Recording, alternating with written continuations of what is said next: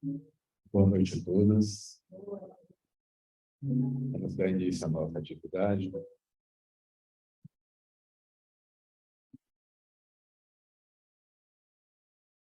Rogando ao nosso mestre querido e amado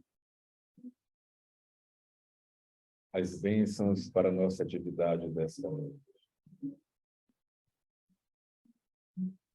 Louvado seja, Senhor, por toda a eternidade.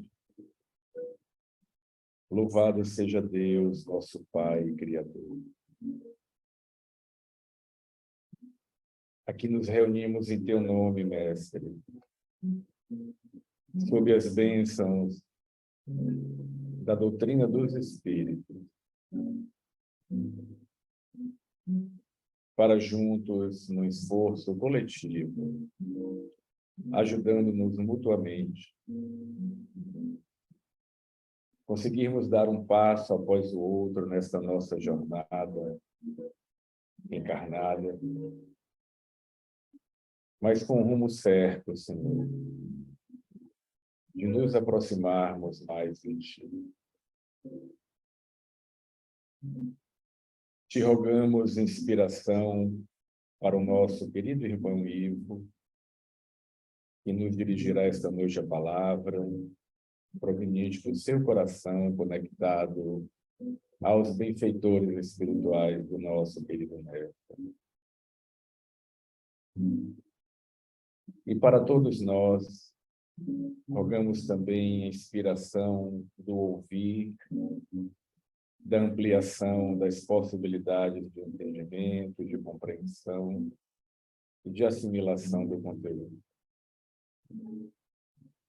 Assim, Senhor, te pedimos permissão para iniciar a nossa atividade desta noite, sob a Tua guarda, sob o Teu olhar, sob a Tua paz e inspiração. Rogamos em Teu santíssimo nome, Mestre, paz e bem a toda a humanidade.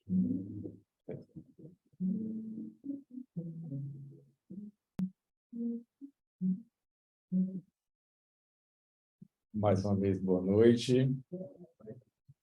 Para aqueles que estão chegando pela primeira vez, o nosso culto às terças, nós fazemos um breve comentário sobre um texto, este ano escolhemos o livro Pão Nosso, de Emmanuel, psicografado por Chico Xavier, e vamos sequencialmente. Então, para hoje, nós temos aqui o nosso querido Ivo Dantas, que vai nos comentar o texto que eu vou ler agora.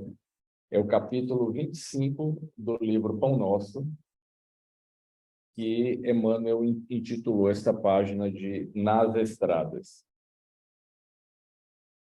E, em Marcos, capítulo 4, versículo 15, está escrito: e os que estão junto do caminho, isso foi uma frase de Jesus, né, na parábola do semeador, e os que estão junto do caminho são aqueles em quem a palavra é semeada, mas, tendo a eles ouvido, vem logo Satanás e tira a palavra que neles foi semeada. Nos escreve, então, o nosso caríssimo benfeitor: Jesus é o nosso caminho permanente para o divino amor. Junto dele seguem esperançosos todos os espíritos de boa vontade, aderentes sinceros ao roteiro santificador. Dessa via bendita e eterna procedem as sementes da luz celestial para os homens comuns. Faz-se imprescindível muita observação das criaturas para que o tesouro não lhes passe despercebido. A semente santificante virá sempre, entre as mais variadas circunstâncias. Qual ocorre ao vento generoso que espalha entre as plantas os princípios de vida espontaneamente, a bondade invisível distribui com todos os corações a oportunidade de acesso à senda do amor.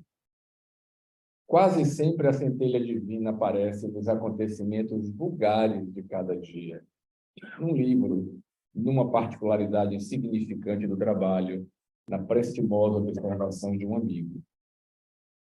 Se o terreno do teu coração vive ocupado por ervas daninhas, e se já recebeste o princípio celeste, cultiva-o com devotamento, abrigando-o nas leiras de tua alma. O verbo humano pode falhar, mas a palavra do Senhor é imperecível. Aceita e cumpre-a, porque se te furtas ao imperativo da vida eterna, cedo ou tarde o anjo da angústia te visitará o espírito, indicando-te novos rumos.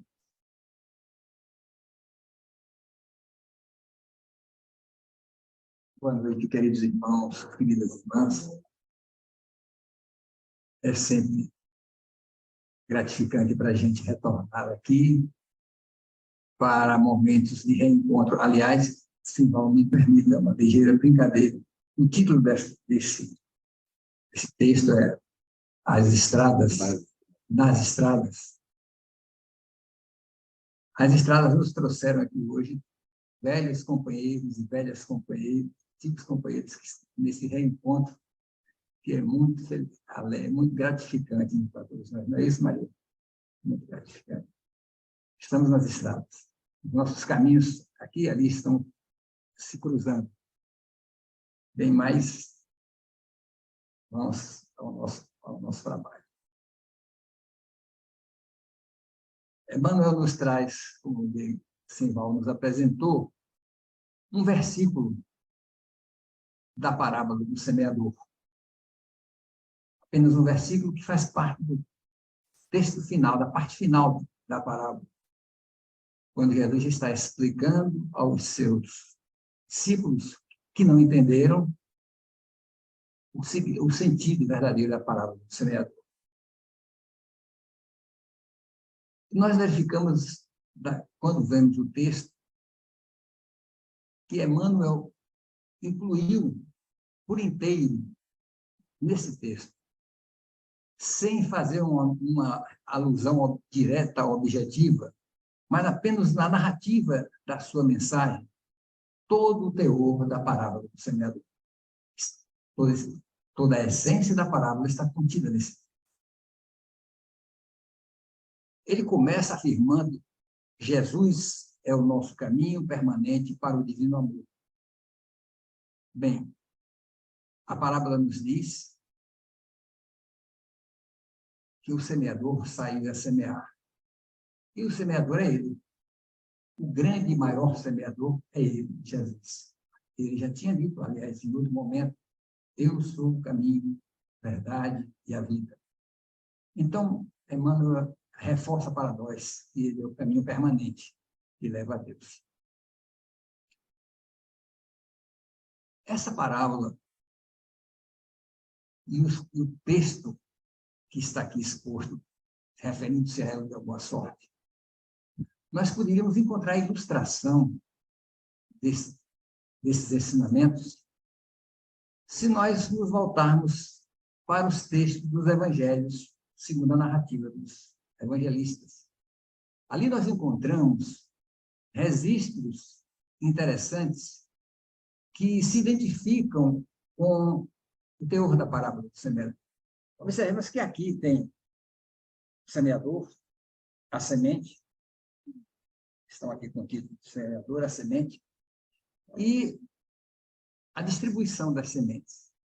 E interessante que, na sequência, ele vai nos dizer que, junto com Jesus, que é o caminho permanente, estão aqueles que aderiram,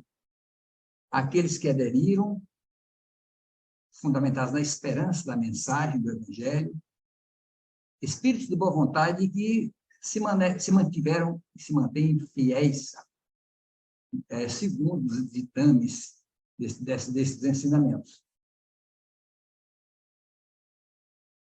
Aí, quando eu digo que nós podemos encontrar a ilustração dos evangelhos, podemos começar pelos próprios discípulos de Jesus, foram os primeiros, mesmo com suas claudicâncias no caminhar da experiência de Jesus, dos 3 anos de ensinamento, mas, à exceção de Judas, que falhou no final, Todos eles são aqueles que eu acho que poderíamos encaixar aqui na ideia de Emmanuel, daqueles que foram os aderentes e que permanecem até. E tantos outros que estão na história do cristianismo, tantos outros anônimos que já naquela época deram seus testemunhos e que não existem registros, foram muitos. É verdade que sabemos que muito mais foram aqueles que, segundo esse mesmo texto, não estiveram atentos ao teor da mensagem. Mas, para ilustrar, para poder identificar neste universo que foi a caminhada de Jesus, que acompanharam Jesus na sua caminhada, nós poderíamos citar, por exemplo, aqueles aderentes permanentes, além dos apóstolos, começar pelas mulheres. Nos livros evangelistas, e parece que Lucas é que realça isso com muita força, as mulheres que o acompanharam até o pé da cruz, as mulheres que diz Lucas, que o serviam nas suas caminhadas, nas suas tarefas.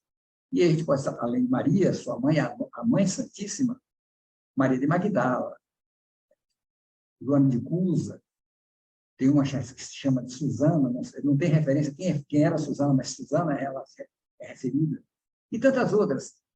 E aí a gente vai ver nessa história, no desdobramento dessa história, Maria e Marta, as irmãs de Lázaro, os amigos queridos de Jesus na de Betânia, onde ele se hospedava, são pessoas que podemos identificar que são aqueles que aderiram, não deixaram passar, como diz aqui, deixaram que o tesouro passasse despercebido. E aí vamos ter ainda a mulher samaritana, aquela que do encontro na beira do poço de Jacó, samaritana, povo considerado, povo execrado pelos judeus.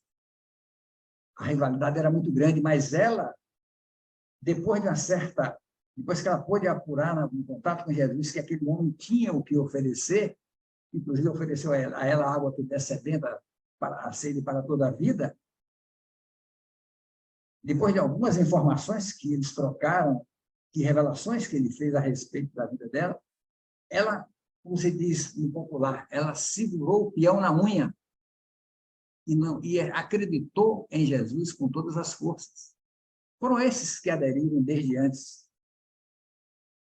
Bem, são tantos outros, né? Mas a nossa história, ou a história da caminhada do Evangelho de Jesus, desse que se fez caminho e permanece para todos nós, se assim quisermos, nós vamos encontrar mais adiante. Bom, tem a história de Paulo, mas nos primeiros cristãos, na história dos primeiros cristãos, ainda, se não me engano, no século III, tem a figura de um homem que aí está integrada à história da Igreja Católica, que a sua conversão, ou melhor, não é conversão, mas esse seu abraçar a Jesus foi de uma forma tão intensa, tão diferenciada, que eu diria que é uma situação singular. E talvez mereçamos assim, registrar, que ele não é muito lembrado. Eu me lembro por uma particularidade pessoal. O nome dele é Antão. Antão era o nome do meu pai. Eu sempre achei um nome estranho.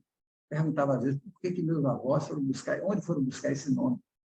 Eu vivendo ainda adolescente, mas depois vim saber que existia um Santo Antão na Igreja Católica, inclusive aqui em Pernambuco tem uma cidade que chama Vitória de Santo Antão. Mais adiante, pude ter a oportunidade de ter contato com a literatura, com a história deste homem. Por que eu digo que é singular?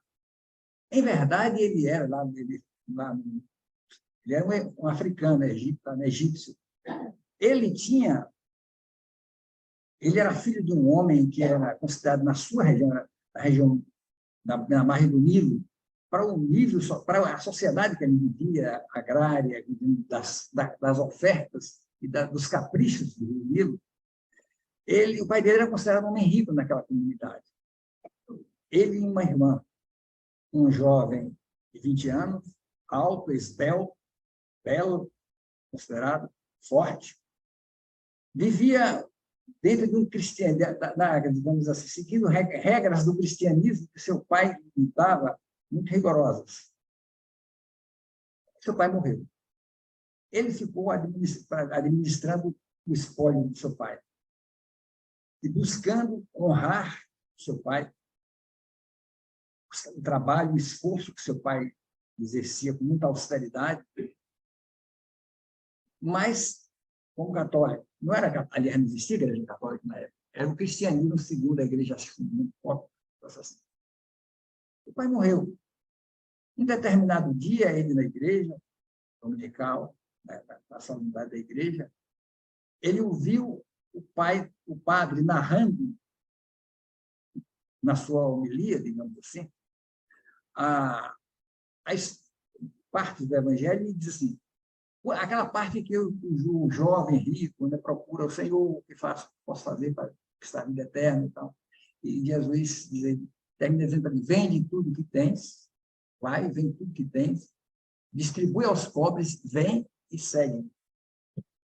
Ele saiu da igreja, aí é que entra para mim o aspecto singular. Vendeu tudo que tinha, todo o patrimônio que o pai relegou para ele, pegou a irmã e colocou no asilo de jovens, de mulheres, e foi viver uma vida de nada. Distribuiu tudo com os pobres e foi viver uma vida nas regiões mais distantes. Depois se enveredou pelos desertos, virou um eremita, e é o símbolo maior dos eremitas na Igreja Católica, que se tornou, é considerado, tanto é que tem um livro que assim, um dos santos, dos 5 santos que abalaram o mundo, ele é um deles. Esse é o autor, inclui ele, Francisco, Inácio de Loyola, Teresa, Teresa d'Ávila, e mais, se eu não me engano, mais um outro aí. Não é João da Cruz. Tem mais um outro. E, enfim, Agostinho.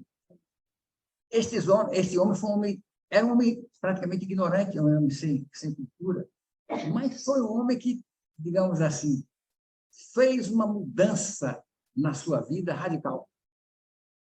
Ele seguiu, digamos assim, o que o texto sugere. Ele construiu uma outra estrada. Por falar em estrada, eu quero dizer o seguinte, que observando o texto, de início eu estranhei um pouco, que tem a ver essa expressão estradas com o texto, e me lembrei que há alguns meses atrás, poucos meses atrás, ainda esse ano, aqui assistindo a uma dessa reunião como essa, eu ouvia a palavra da nossa amiga Thalita, e ela fazendo referências aos textos, aos títulos dos textos de Emmanuel. Se eu não me engano, ela dizia que é uma coisa que traz tem muito que se observar, tem que ter muita atenção, era mais ou menos nesse sentido, não sei se é isso, mas ela faz uma referência à importância dos títulos dos textos de Emmanuel, que é nós temos que descobrir dentro dele, que eles trazem alguma coisa, talvez a mais, que poderemos deixar passar.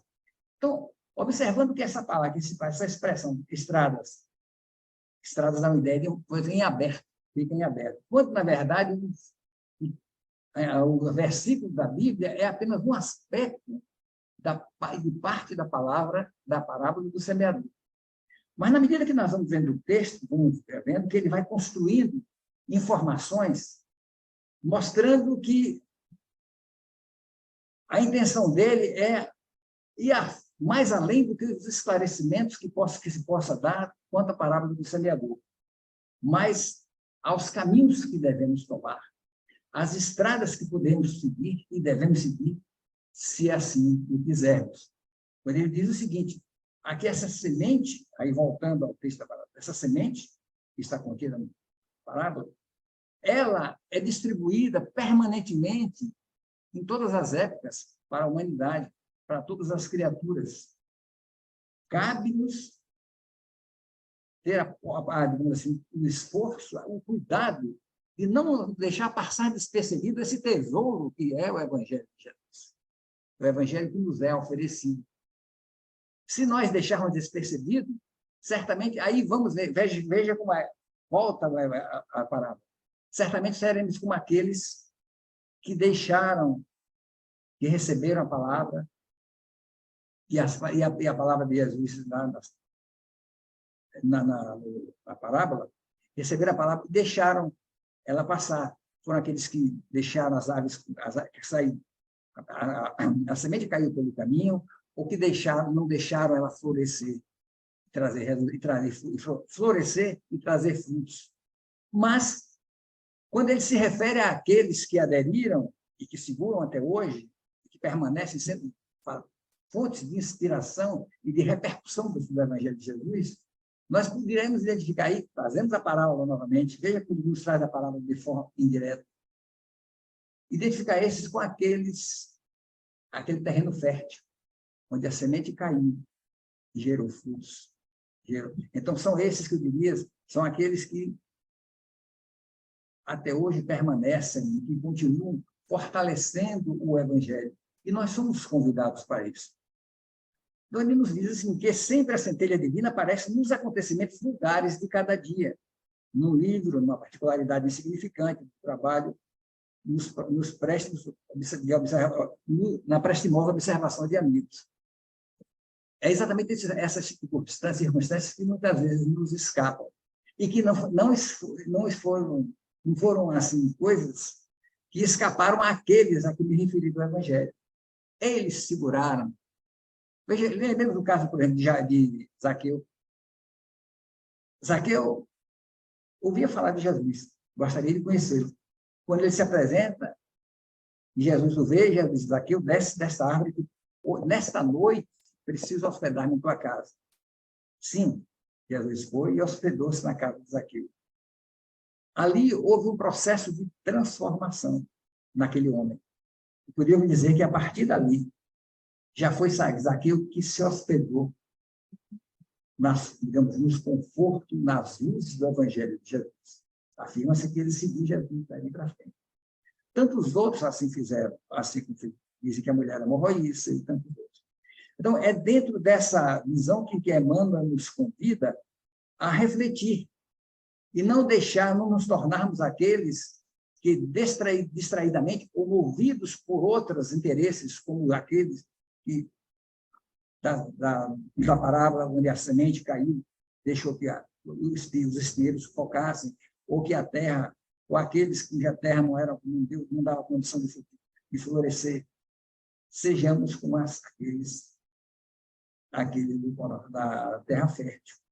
E, por último, ele vem nos dizer que o verbo humano pode falhar, mas a palavra do Senhor não. Então, se o teu terreno, se o terreno da tua alma, o teu coração abriga essa semente, recebeu essas sementes, mas não deixemos que as leiras, né, as nossas leiras de infelicidade, aquilo que acumulamos no nosso íntimo, aquilo que ainda trazemos, as nossas imperfeições, as nossas assim, dificuldades, sufoquem essa semente, lembrando-nos que, se assim o fizermos, nós estaremos contrariando a lei divina, que ele disse, que a lei divina é aquela vida que nos impõe a vida, nos impõe um caminho.